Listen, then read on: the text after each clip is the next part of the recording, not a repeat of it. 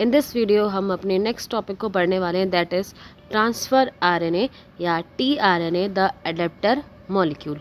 सो जैसे कि हमने प्रीवियस पढ़ा कि फ्रॉम द वेरी स्टार्टिंग यानी वेरी बिगनिंग से हम ये चीज़ देखते आए हैं कि जो कोड्स हैं या कोड का जो भी प्रपोर्शन है उसके वर्क का, जैसे कि डीएनए से डीएनए का फॉर्मेशन, रेप्लिकेशन जिसे हम बोलते हैं, देन एमआरएनए का फॉर्मेशन, आगे देन ट्रांसलेशन का फॉर्मेशन। तो इतनी जो चीज़ें अब हम स्टार्टिंग से पढ़ते आए हैं, तो वहाँ पर जो फ्रांसिस क्रिक थे, उन्होंने साइंटिस्ट इन्होंने ये क्लियर कर दिया था कि यस, कोई ऐसी मैकेनिज्म है जो मैसेंजर आरएनए फॉर्म हो जाता है by the process of transcription.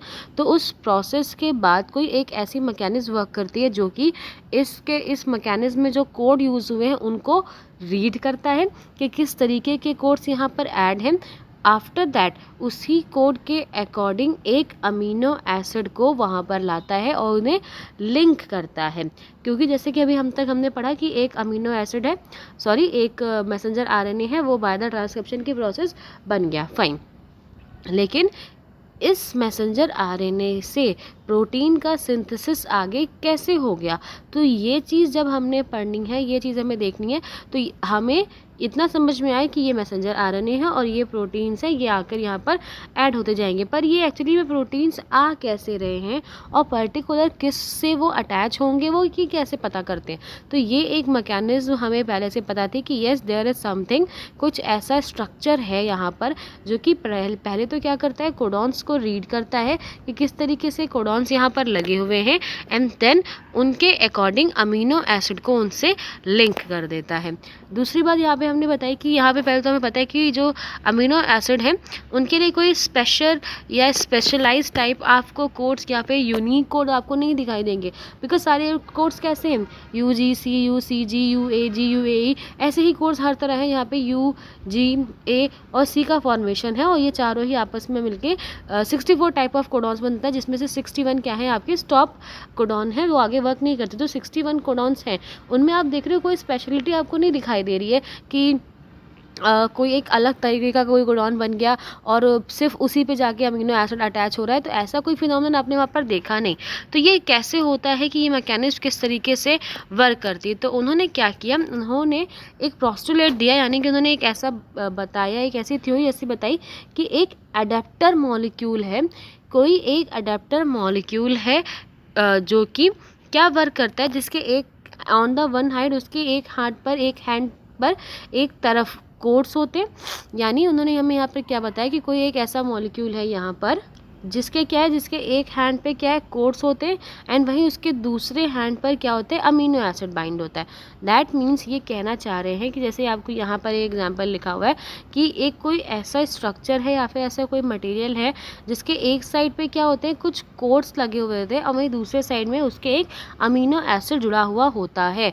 तो ये जिस तरह उसके एक हैंड पर कोड है और दूसरे साइड में एक वो अमीनो एसिड से अटैच है, ये जो अमीनो एसिड यहाँ से अटैच है, ओके। तो यहाँ पे जैसे बताया कि अमीनो एसिड अटैच है और यहाँ पर कोड्स हैं।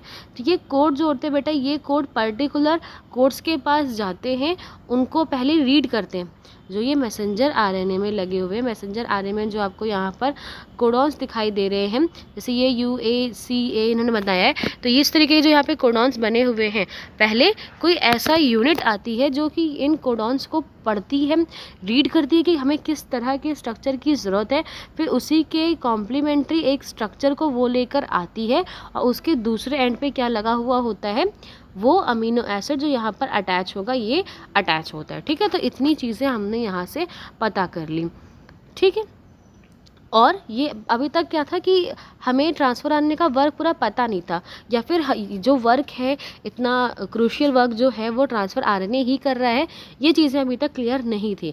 सो इन स्टार्टिंग में जब आरएनए के बारे में सिर्फ थोड़ी बहुत चीज़ें हम पढ़ रहे थे, प्रॉपर इन्फॉर्मेशन नहीं थी, तो हम यहाँ कह रहे थे कि जो आरएनए है वो एक्चुअली क्या होता है, उसे हम sRNA बोल रहे थे, सॉल्युबल आरएनए बोल रहे थे। सॉल्युबल आरएनए क्यों कहते थे, बिकॉज ये बहुत स्मॉल या बहुत छोटा आरएनए था, एंड ये ईजिली जो सॉल्यूशंस है या कोई सॉल्यूशन जो आप उसमें बना रहे हैं तो बहुत ईजिली डिसॉल्व हो जाता है। तो इस बेसिस पे पहले जो ट्रांसफ़र आरएनए है उसका हमें जो मेन वर्क क्या था इसका, कि एक अमीनो एसिड को एक उसके साथ जो कोडॉन्स वहाँ पर लगे उससे अटैच करना। तो ये वर्क था इसका, बट स्टार्टिंग में हमें इसके वर्क के बारे में पता नहीं था। हमें सिर्फ इतना पता था कि येस देयर समथिंग आरएनए है जो कि बहुत छोटा है और स्मॉल है और डिसॉल्व टाइप ऑफ आरएनए आपको यहाँ पर मिलता है, इसीलिए हम उसे एसआरएनए यानी कि सॉल्युबल आरएनए बोलते थे। बट जैसे जैसे और पता चला अबाउट द जेनेटिक कोड और किस तरीके से वो ट्रांसफ़र हो रहे हैं, किस तरीके से वो आगे की तरफ बढ़ते हैं, तो वैसे वैसे हमें ट्रांसफ़र आरएनए का रोल पता चला। और फिर हमें पता चला कि दैट्स द एक्चुअली ये क्या है, एक अडेप्टर मॉलिक्यूल है, एक अडेप्टर मॉलिक्यूल है। और इसका मेन वर्क क्या है, अडेप्टर की तरह वर्क करना, जो न्यूक्लिक एसिड है उनको अडेप्ट करना और जो मैसेंजर आरएनए या फिर जो कोड्स हैं उनसे जाकर अटैच करना। और यही इसका मेन फंक्शनल वर्क है जो कि जिसके लिए बनाया गया है। और ये बहुत टाइम बाद पहले पता चला, पहले हमें इतनी इन्फॉर्मेशन नहीं थी about the transfer RNA. Okay, so अब हमें ये पता करना है कि एक्चुअली में ये ट्रांसफ़र आरएनए वर्क किस तरीके से कर रहा होता है। तो जो ट्रांसफ़र आरएनए हैं उनके एक साइड पे एंटीकोडॉन लूप होता है, और एंटीकोडॉन लूप्स जो है बेसिकली जो कोड्स हैं उनका कॉम्प्लीमेंट्री कोड होता है। ठीक है, इसे हम यहाँ पे पढ़ते हैं। यहाँ पे पढ़ा अबाउट कि यहाँ पे क्या होते हैं, एंटीकोडॉन्स लूप्स होते हैं एंड उनके कॉम्प्लीमेंट्री कोड वहाँ मौजूद है। जैसे कि अगर हम इसकी बात करें यहाँ पर, तो यहाँ पर जैसे कि आपको दिखाया गया है कि एक कोडॉन है, उसमें क्या लिखा हुआ है, AGU लिखा हुआ है। ठीक है, एक AGU लिखा हुआ है, और ये क्या है, ये एक लूप है। इस लूप में क्या होंगे, एंटीकोडॉन्स लगे होंगे। एंटीकोडॉन्स दैट मीन्स उसके जस्ट अपोजिट कोडॉन लगा होगा। तो आप यहाँ पे जिस तरह देख रहे हैं कि U के साथ में, A के साथ में यहाँ पे क्या होना चाहिए, U, तो वो अरेंज है। G के साथ में यहाँ पे क्या होना चाहिए, C, वो भी है। और U के साथ यहाँ पर क्या होना चाहिए, A। ठीक है, ये स्ट्रक्चर यहाँ पर मौजूद है, राइट। ओके, सो जिस तरीके से आपने यहाँ पर देखा कि ये एक स्ट्रक्चर यानी कि एंटीकोडॉन यहाँ पर मौजूद है हमारे पास, राइट। और अगर आप क्या करो कि इस एंटीकोडॉन्स को आप इसके साथ मैच करवाओ तो ये मैच नहीं होगा, बिकॉज कॉम्प्लीमेंट्री नहीं है। तो ऐसे होने चाहिए कि दैट मीन्स एक कोडॉन हो और उसका जो ऊपर वाला एंटीकोडॉन है वो एक दूसरे के कॉम्प्लीमेंट्री होते हैं। एंड कॉम्प्लीमेंट्री होने के साथ साथ अगर ये दोनों आपस में कॉम्प्लीमेंट्री है, मैच कर जाएंगे, तो इससे जो ट्रांसफ़र आरएनए है उसको क्लियर हो जाता है कि ये इस यहाँ पर जो जैसे आपको दिखाई दे रहा है कि यहाँ पर एंटीकोडॉन्स लगे और पीछे के साइड यहाँ पर क्या लगा हुआ है, एक अमीनो एसिड अटैच है। यहाँ पर ये एंटीकोडॉन्स लगे और एक अमीनो एसिड अटैच है ना। तो अब यहाँ पर क्या है कि जब ये रीड करते हुए चल रहा है, रीड करते हुए सबको रीड करते हुए आगे आगे पढ़ रहा है, तो यहाँ अगर ये जब यहाँ पर पहुँचेगा तो उस टाइम उसको उसके कॉम्प्लीमेंट्री कोडॉन्स नहीं मिलेंगे। बट जैसे ही वो यहाँ पर पहुँचेगा तो उसके कॉम्प्लीमेंट्री कोडॉन्स उसको मिल जाते हैं और वो रीड करके समझ जाता है कि अब इसी एंटीकोडॉन्स के सामने जो कोडॉन है वही उसी से आपको इस अमीनो एसिड को अटैच करना है। मतलब आप एक बात समझे कि पहले तो वो क्या करता है कि सारे कोडॉन्स को रीड करते हुए जा रहा है और जो कोडॉन उसके कॉम्प्लीमेंट्री होते हैं उन्हीं कोडॉन्स के साथ वो उसके अनदर हैंड पे लगे हुए अमीनो एसिड को अडैप्ट करके या बाइंड कर देता है। ठीक है, नेक्स्ट यहाँ पे बताया गया है कि जैसे कि इन्होंने बताया कि कॉम्प्लीमेंट्री कोड्स होने चाहिए, ऑल्सो एक अनदर एंड पे वहाँ पर अमीनो एसिड बाइंड होता है।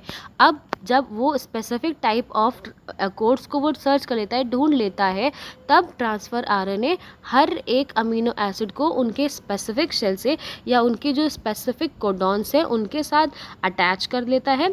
और ये कैसे पता वो करेगा कि उसे कहाँ पर अटैच होना है, जैसे कि यहाँ पर इन्होंने बताया कि एक जो ये कोडॉन है जब उसका कॉम्प्लीमेंट्री एंटीकोडॉन उसको मिल जाएगा तभी वो वहाँ पर उस प्रोटीन को जाकर अटैच करता है। सो वो पहले मैसेंजर आरएनए पे जितने भी कोडॉन्स हैं उनको रीड करते हुए आगे की तरफ बढ़ता है एंड जब उसको उसका एंटीकोडॉन्स मिल जाता है देन वो उससे अमीनो एसिड को अटैच कर देता है। ठीक है, सो यहाँ पर ये बताया गया कि ट्रांसफ़र आरएनए में जो स्टार्टिंग का आरएनए है यानी कि ऐसा कोई रिफर्ड नहीं है, referred but at I want to say that कि जो ट्रांसफ़र आरएनए है, जैसे कि हमने प्रीवियस भी इससे पहले वीडियो में डिस्कस किया था जहाँ पे हम जेनेटिक कोड्स या कोडॉन्स को पढ़ रहे थे कि जो एक्चुअली AUG है ये क्या होता है, ये स्टार्टिंग का कोडॉन होता है, इनिशिएटर कोडॉन होता है जो कि सबसे पहले मौजूद होता है। तो सबसे पहले अगर आपको मैसेंजर आरएनए आप देख रहे हो और वहाँ पर सबसे पहले आपको क्या मिलेगा, AUG ही सबसे पहले आपको वहाँ मिला है, AUG आपको सबसे पहले मिला हुआ है। ठीक है, AUG एन जी। तो सबसे पहले जो ट्रांसफ़र आरएनए आएगा वो इसी के अकॉर्डिंग यहाँ पर एंटीकोडॉन्स लाएगा एंड यहाँ से ही क्या होता है, एक इनिशिएशन या इनिशिएशन जो कि किसका इनिशिएशन हो रहा है, कोडॉन्स को पढ़ना और उसके अकॉर्डिंग अमीनो एसिड को ऐड करना, ये इनिशिएशन स्टार्ट होता है। सो जो इनिशिएशन कोडॉन्स है उन्हीं इनिशिएशन कोडॉन्स पे पहला इनिशिएटर ट्रांसफ़र आरएनए आता है एंड देन आगे जाकर प्रोसेस स्टार्ट होती है। आफ्टर दैट बताया गया है कि जो ट्रांसफ़र आरएनए उसमें कोई भी स्टॉप कोडॉन्स नहीं होता। जैसे कि हमने प्रीवियस कोडॉन्स को जब हम पढ़ रहे थे तो वहाँ हमने पढ़ा था कि कुछ ऐसे भी कोडॉन्स होते हैं जिन्हें हम स्टॉप कोडॉन्स कैसे कहते हैं, जैसे U A A, U G A, U A G. जो ये 3 कोडॉन्स हैं इन्हें हमने क्या बोला था कि ये स्टॉप कोडॉन है। बेसिकली ये स्टॉप कोडॉन क्यों होते हैं, स्टॉप कोडॉन ये इसलिए है क्योंकि इनके लिए कोई special type of transfer RNA नहीं है। अगर ट्रांसफ़र आरएनए नहीं है तो ये आगे प्रोसीड ही नहीं कर पाएंगे और आगे प्रोसीड नहीं करेंगे सो इनसे प्रोटीन का सिंथेसिस नहीं होगा, राइट। सो इसीलिए ये इस प्रोसेस में यानी कि कोडॉन्स के फॉर्मेशन के बाद स्टॉप हो जाते हैं, आगे प्रोसेस नहीं कर पाते बिकॉज कोई भी ट्रांसफ़र आरएनए इनको टेक नहीं करता या इनके लिए जो ऐड करने हैं या लिंक करने की जो प्रोसेस है वो इन कोडॉन्स के साथ नहीं होती है, ठीक है। इसीलिए हम क्या बोलते हैं, इन्हें हम बोलते हैं स्टॉप कोडॉन। तो जैसे कि आपने देखा फिगर्स में कि किस तरीके से जो स्ट्रक्चर्स हैं ट्रांसफ़र आरएनए है वो किस तरीके का आपको दिखाई दे रहा है। अगर आप यहाँ पर ट्रांसफ़र आरएनए को देखें तो ये कुछ इस तरीके का स्ट्रक्चर बना हुआ है। आपको यहाँ पर एक loop, first straight line, then एक loop, then straight line, then loop, then this and then this. तो ये जो स्ट्रक्चर है एक्चुअली ये जो स्ट्रक्चर है यहाँ पे बताया गया है कि एक कॉलवेयर लीफ होती है, उस लीफ की तरह ये स्ट्रक्चर यहाँ पर मौजूद है, कुछ उसी की तरह दिखाई देता है। और अगर हम वैसे तो बेसिकली जो ट्रांसफ़र आरएनए इन्होंने बहुत सिंपल वे में बनाया है पर वैसे बहुत कॉम्प्लेक्स स्ट्रक्चर होता है और जो कॉम्प्लेक्स स्ट्रक्चर है कुछ इन्वर्टेड एल की तरह आपको दिखाई देता है। एल ऐसे होता है तो आप ऐसे दिखते हो, उसे जो एक इन्वर्टेड एल की तरह वो आपको दिखाई देगा, ठीक है। तो यहाँ पर बेसिक हमने कुछ नॉर्मल टर्म्स देखे कि बेसिक जो ट्रांसफ़र आरएनए है वो किस तरीके से वर्क करता है, एज ए एडेप्टर वो कैसे वर्क करता है। सो वो वर्क कैसे करेगा बेटा, उसके एक साइड पे क्या होंगे, एंटीकोडॉन्स लगे होते हैं जिनके थ्रू वो मैसेंजर आरएनए में लगे कोडॉन्स को रीड करता है और जब उसको उसके अकॉर्डिंग कोडॉन्स मिल जाते हैं, उसके कॉम्प्लीमेंट्री कोडॉन्स मिल जाते हैं तो उसके अनदर हैंड पे लगे हुए अमीनो एसिड को वो उस कोडॉन्स के साथ ऐड कर देता है। और इस तरीके से जो प्रोसेस है यानी जो एडेप्टेशन की प्रोसेस है, किस तरीके से वो अडेप्ट करके आ रहा है, ये प्रोसेस यहाँ पर कंप्लीट होती है।